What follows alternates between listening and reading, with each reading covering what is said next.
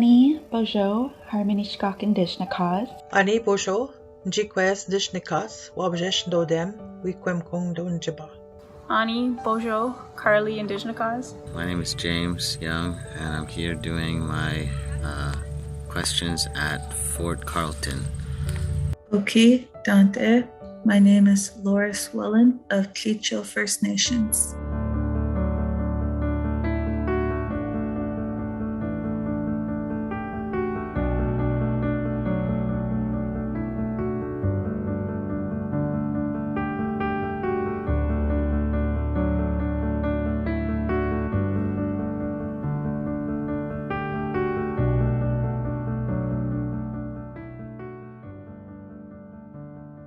I think there's a very strong population of sober people within our communities that alienate people for using any kind of substance. I felt rejected by my high school for punishing me for using medicine that helps me cope with difficulties at school.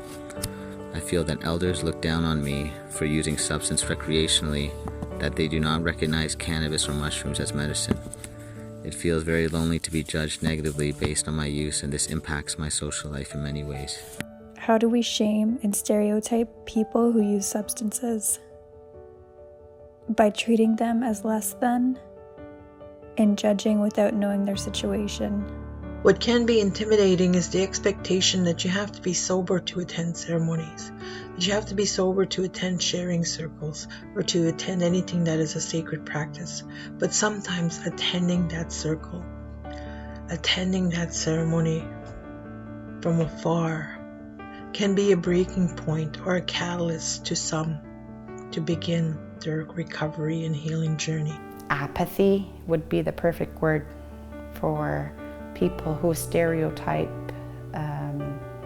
users. People can use substances in healthy ways, and even if people are using substances in maybe more unhealthy ways, it doesn't mean that they're bad people themselves. Substance use is just one part of who we are as people. I feel like I'm being supported when my voice is being heard. Being around people who have my best interest at heart. I feel supported with my use at LGBT organizations, also with my doctor, and also with my mom. A safe space is somewhere where you feel comfortable, unconditionally accepted, and supported. That it's understood that this is your journey and the people around you are there to create a safe environment and safe support system for whatever you need, wherever you are in your journey. When I think of support, I think of the 7 grandfathers, especially Zungadeowen, bravery. I think it takes a lot of courage to go into a community or any group. I remember my first group, I only made it as far as the door, and that's okay. Like, as long as we keep showing up for ourselves, it doesn't matter how fast you're going in your journey of recovery, because we're all going at different paces. And by the second time I went to my group, I think I just sat and listened, and I didn't really feel pressured to share my journey, but it's okay to work your way up there. Indigenous knowledge impacts my healing journey by providing my spirit with the strength and encouragement to go further, because there is so much more to learn, such as patience and understanding and respecting one's culture and traditional ways. It makes me feel proud and confident to do better than yesterday and to continue moving onward with my healing journey. Indigenous knowledge provides a guideline on how to endure life's tribulations and spiritual connectedness to the land and living creatures, undisturbed by man-made developments. In my healing journey, I often think about my grandmother, who I was named after, and also the support that I have always had. So that's a big part of my sense of belonging. I think that's very, very important to an individual. I feel supported in the community when I can practice my culture safely.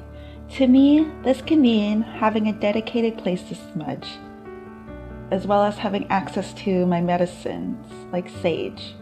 in my life. It helps me to feel content and to feel that I am connected to my spirit, to my community, both past and present, and that I'm supported by them as well. I always have a home and a safe space to go to, and I always have that unconditional love and support.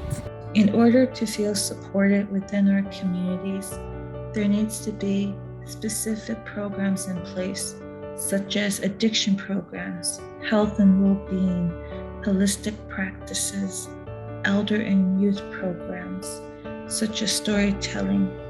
When young people are involved with committed, caring adult role models who mentor, coach, and guide them, great things happen.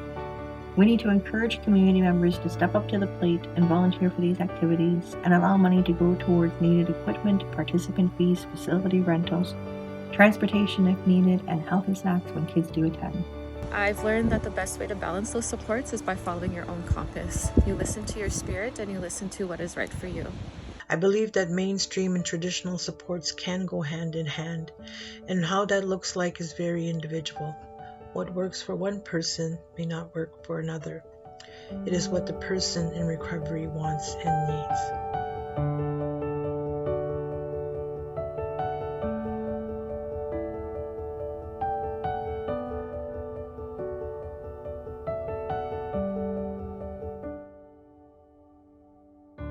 Miigwech.